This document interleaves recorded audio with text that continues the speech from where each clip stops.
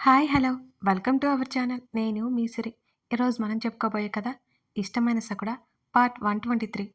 నచ్చితే లైక్ చేసి ఫాలో అయిపోండి. జీ అనే లెటర్ తప్ప మరొకటి తెలియదు. అసలు అతని పేరేంటి? విసుగ్గా అడిగింది ప్రణతి. మేఘన మాట్లాడలేదు. తను ఎంతో ఇష్టపడి ద్వేషించిన గగన్ని తన అక్క ఎంతగానో ఇష్టపడిందని ఆమెకి తెలియదు.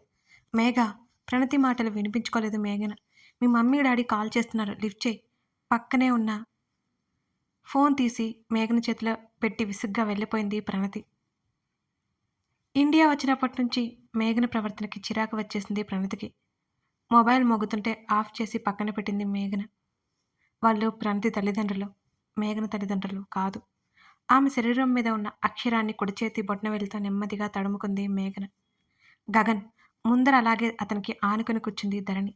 అతని చెయ్యి ఆమె కంఠం చుట్టూతా వేసి అలాగే మొబైల్ పట్టుకుని వెనక్కి వాలి చూసుకుంటున్నాడు.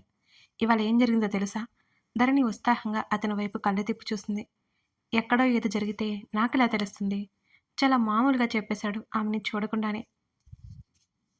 ఎక్కడో కాదు, మన ఇంట్లోనే, ముఖం ముడుచుకుని చెప్పింది ధరణి. ఏం జరిగింది అని అడిగాడు. రేపు మన ఇంట్లో ఫంక్షన్ ఉంది, మనదే అంటూ అతని వైపు చూసింది ధరణి నవ్వుతూ. అతనికి తెలియనట్టే ఉంది అతని ముఖంలో భావం. ఆమె మెడలో సూత్రాలకు ఉన్న పసుపు తాడు బయటకు లాగి, ఇది మార్చడానికి రేపు బాగుందని అత్త చెప్పింది. పొద్దున కల్లా అమ్మ వాళ్ళు వస్తారు. రేపు నాకు కూడా సెలవు కావాలి. బిగించిన పెదవులు సంతోషం తాలూకా విచ్చుకుంటున్నాయి ఆమెవి. ఆమెకు అది చాలా సంతోషం కలిగించే విషయం అన్నట్టు ఆమె కన్నులు వెలుగుతున్నాయి. నేను ఇవ్వను అన్నాడు ఫోన్ పక్కన పెడుతూ గగన్. ఏం అని అడిగింది కళ్ళు చిన్నవి చేసే ధరణి.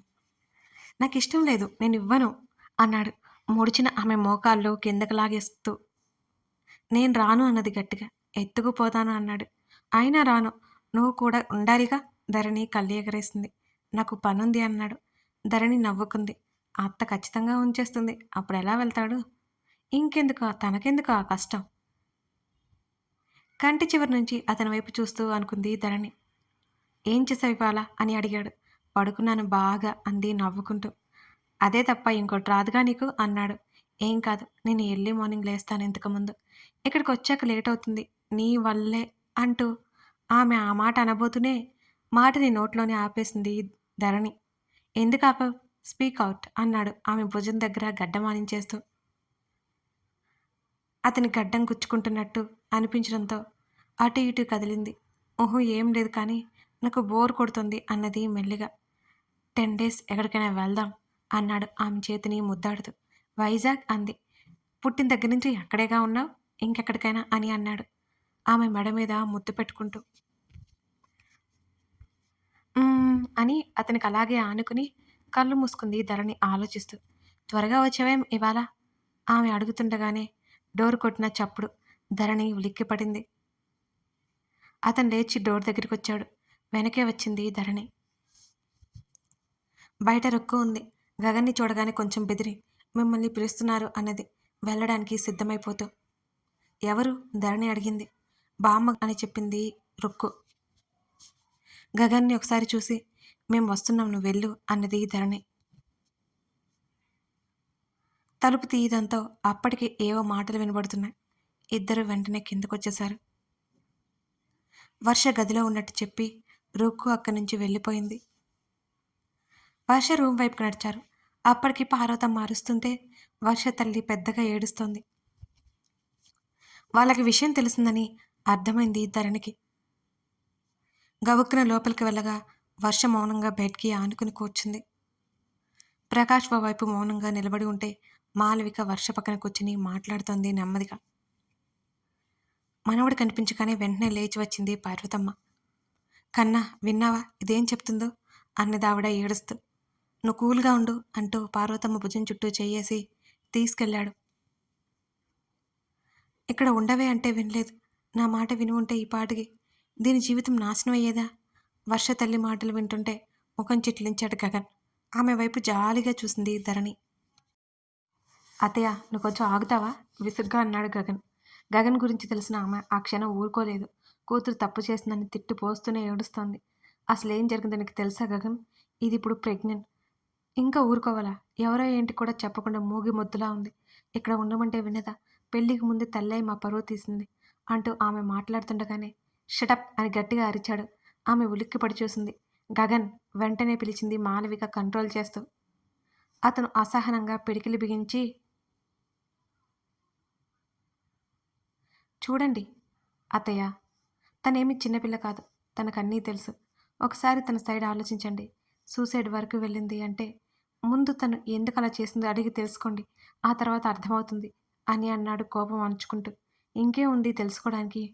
ఒళ్ళు తెలియకుండా ఇది చేసిన పనికి అంటున్న ఆవిడ మాటలకి అందరూ ఒక క్షణం షాక్ అయిపోయారు. ఆపండి పిన్ని, ధరణి కోపంగా అన్నది. ధరణి తనని అలా అనగానే ఇంకా కోపం ఎక్కువైంది ఆవిడకి.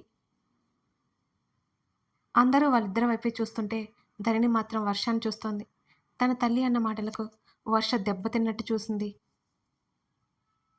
వర్ష కళ్ళల్లో కారిన కన్నీళ్లు చూస్తూ ధరణి ఊరుకోలేకపోయింది.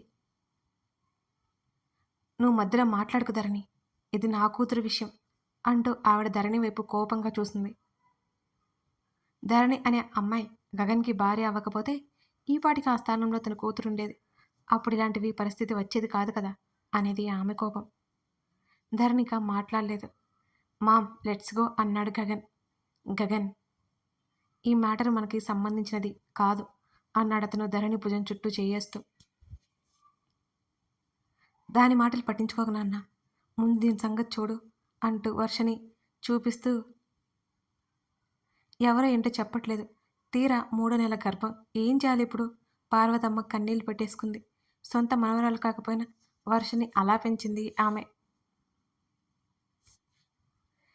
గ్రాని, మీరు తెలుసుకోకుండా ఏది మాట్లాడొద్దు.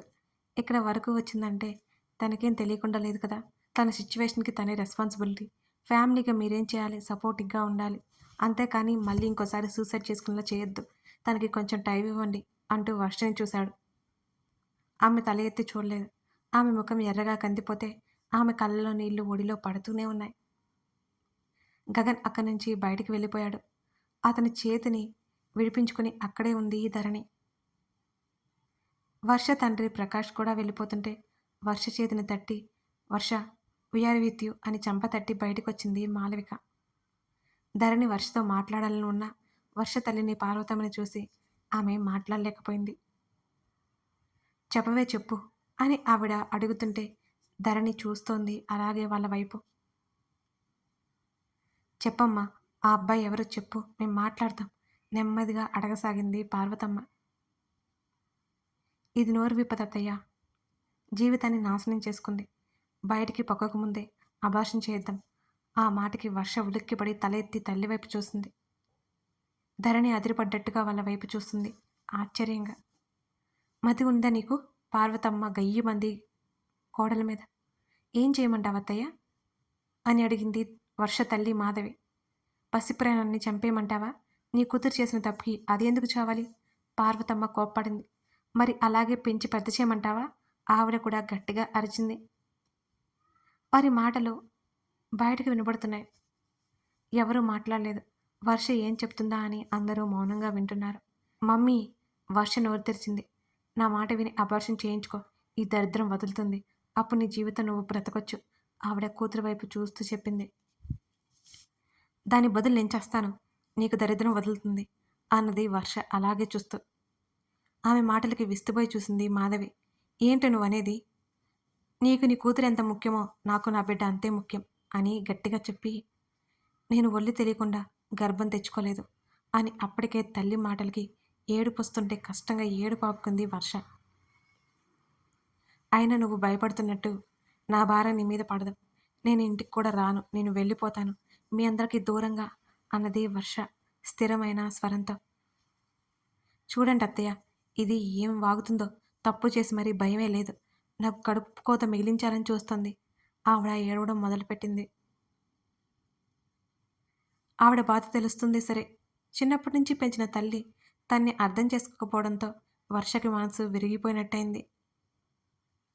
నిజమే, తను తప్పే చేసింది. సరిదిద్దుకోలేని తప్పు చేసింది. దానికి తన కడుపులో పెరుగుతున్న బిడ్డ ఎందుకు శిక్ష అనుభవించాలి? ఎందరో పెంచుతున్నారు, తను పెంచలేదా? ధరణి మౌనంగా బయటికి వెళ్ళిపోయింది. ఆవిడ అంత సులువుగా ఎలా ఉంటుంది? అసలు ఎలా అంటుంది? పసిపురాణాన్ని తీయడం అంత తేలిక? ఆ రాత్రి ఇల్లంతా మరింత నిశ్శబ్దంగా ఉంది. ఎవరు సరిగ్గా తినలేదు కూడా. మరునాడు ఫంక్షన్ ఉంది. అందరూ ఇలా ఉంటే ఎలా అని మాలవికి అర్థం కాలేదసలు. గగన్ చెప్పిన విషయం గురించి ధరణి కాస్త రిలాక్స్ అయింది. ఆదిత్య, వర్ష కలుస్తారు అని నమ్మకం ఉండడంతో ఎక్కువ ఆలోచించలేదు ధరణి. ఆదిత్యను త్వరగా రమ్మని చెప్పి గగన్‌కి తొందర పెట్టింది వర్ష బాధ చూడలేక. ఆ విషయం బయటికి వెళ్ళకూడదని వర్ష తల్లి అందరికీ చెప్పడంతో ఎవరూ దాని గురించి మాట్లాడలేదు. మరునాడు తెల్లవారక ముందే రేవతి, ప్రతాప్ ఇద్దరూ వచ్చేశారు. వాళ్ళు వస్తున్నారని తెలిసి అలారం పెట్టుకుని మరీ నిద్రలేచింది ధరణి. తన పక్కనే కదులుతున్న ధరణి కదలికలకి గగన్‌కి మెలకువ వచ్చింది. ఆమె జాగ్రత్తగా అలారం ఆపినా సరే అతను లేచేశాడు. టైం చూస్తే ఇంకా 5 గంటలు కూడా కాలేదు. పిల్లిలా నెమ్మదిగా బయటికి వెళ్ళిపోతున్న ఆమె చేతిని పట్టుకుని వెనక్కి లాగడంతో దబ్బున పడింది. ఒక్కసారి కీచుగా అరిచి అతని వైపు ఉక్రోషంగా చూసింది. ఎక్కడికి అని అడిగాడు నిద్ర కళ్ళతోనే అతను. నాకు మెలకువ వచ్చింది, నువ్వు పడుకో అంటూ అతని చేతిని విడిపించుకుంటుంటే మరింత గట్టిగా పట్టుకుని మీదకి లాక్కున్నాడు అతను. అతని వైపు ఏంటన్నట్టు చూసింది ధరణి. నైట్ కూడా లేట్ అయింది, నోరు మూసుకొని పడుకో కసిరాడు చుట్టూ చేతులు వేసి కళ్ళు మూసుకుంటూ. ఇక చెప్పక తప్పదని అర్థమై అమ్మ వాళ్ళు వచ్చి ఉంటారు, వదులు నేను వెళ్తాను అంటూ అతని చేతిని తీసేసి లేచింది ధరణి. నిద్ర పట్టక అతను లేచి కూర్చుని ఒళ్ళు విరుచుకున్నాడు. జుత్తు 2 చేతులతో సరిచేసుకుని పైకి ముడిపెట్టుకుంది. ఆ క్రమంలో కనిపించకుండా ఊరుస్తున్న ఆమె నడుము వంపు మీద అతని చూపు పడగా మరోసారి దగ్గరికి లాక్కున్నాడు. బొమ్మలా వచ్చి అతని ఒడిలో పడింది ధరణి. వెళ్ళనివ్వా నన్ను, ధరణి కోపంగా అన్నది. ఇంకో 2 గంటల తర్వాత పంపిస్తా అంటున్న అతని వైపు చూసి అతని పెదవి చివరన నవ్వు కనిపించగానే నో అని గట్టిగా అరిచింది. ఆమె నడుమును నెమ్మదిగా నొక్కి వదిలేశాడు. జల్లుమన్నది ఆమె శరీరం. కష్టంగా 2 చేతులతో నెట్టి గబుక్కున కిందకు దిగి ఏదో అనబోయి కూడా చిక్కితే అంతే అని బయటికి పరిగెత్తింది ధరణి. నవ్వుకుంటూనే లేచి బాల్కనీలోకి వచ్చాడు అతను. ఇంకా నిషీది నగరం మీదే ఉంది. పొద్దున్నే కావడంతో చల్ల గాలి వీస్తోంది అక్కడ. కాసేపటి తర్వాత ఫేస్ వాష్ చేసుకుని అతను కిందకెళ్ళిపోయాడు. అప్పటికే రేవతి, ప్రతాప్ వాళ్ళు వచ్చి ఉన్నారు. ప్రకాష్, మాలవిక కూడా వాళ్ళతో మాట్లాడుతున్నారు. ధరణి చాలా సంతోషంగా ఉంది. తల్లిదండ్రుల మధ్యలో కూర్చొని వాళ్ళతో మాట్లాడుతూ మాటలు వింటుంది. అత్తమామలను పలకరించి ఎదురుగా కూర్చున్నాడు అతను. గగన్ని చూడగానే అసలు నీకు ఒక్కరోజున ఫ్రీ టైం ఉందా అని అడిగింది రేవతి. అత్త నిజంగా బిజీ అన్నాడు అతను నవ్వేస్తూ. అవునవును, రేవతి ముఖం సీరియస్గా పెట్టుకుంది. నాకు రావడం కుదరలేదు, కావాలంటే ధరణి వస్తుంది మీతో అంటూ చెప్పి ఎవరూ చూడకుండా కన్ను గీటాడు ధరణికి.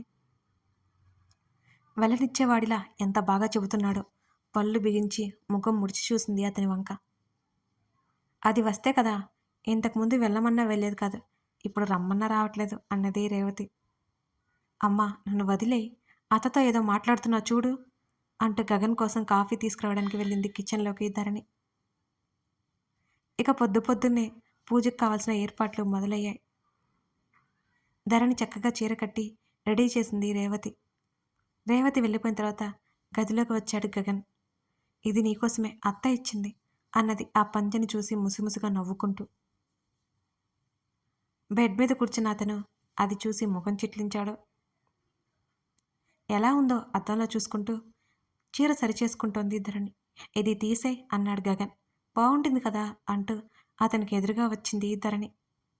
నీకు బాగుంటుందేమో, నాకు కాదు అంటూ స్నానానికి వెళ్ళిపోయాడు. వినడు మొండి. ధరణి రొసరొసలాడింది. రెడ్ కలర్ చెక్ షర్ట్లో ఉన్న అతన్ని చూస్తుంటే పంచ ప్లీజ్ అన్నది ధరణి. ఆమె వైపు అదోలా చూశాడు. అతను కట్టుకోలేదు. నెక్స్ట్ టైం నువ్వేదైనా డ్రెస్ తెస్తే నేను వేసుకోను అన్నది రోషంగా.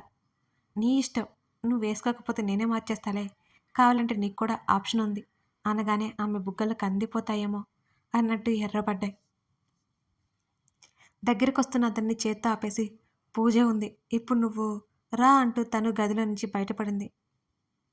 ఏ ధరణి అతను పిలుస్తున్నా చూడలేదు వెనక్కి. అందరూ కిందకు ఉంటే మాత్రం వర్ష పైన లివింగ్ ఏరియాలో ఒక్కటే కూర్చుని ఉంది. కిందకి వెళ్ళిపోతున్న ధరణికి వర్ష కనిపించడంతో అటువైపుకి వెళ్ళింది ఆమె. కథ కొనసాగుతుంది. ఇలా వెళ్తోందన్నమాట కథ. ముందు ముందు చాలా సస్పెన్స్‌లొస్తాయి. ట్విస్ట్‌లుంటాయి. మిస్ అవ్వకుండా చూడండి. అలాగే నేను మాట అంటే మాట అంటూ మీకు రెగ్యులర్ ఎపిసోడ్స్ ఇస్తున్నా అన్నమాట. కానీ మీరు అసలు లైక్ చేస్తామంటారు ఏమీ ఉండదు. చేయొచ్చు కదండీ! అది నాకు సపోర్టివ్‌గా ఉంటుంది.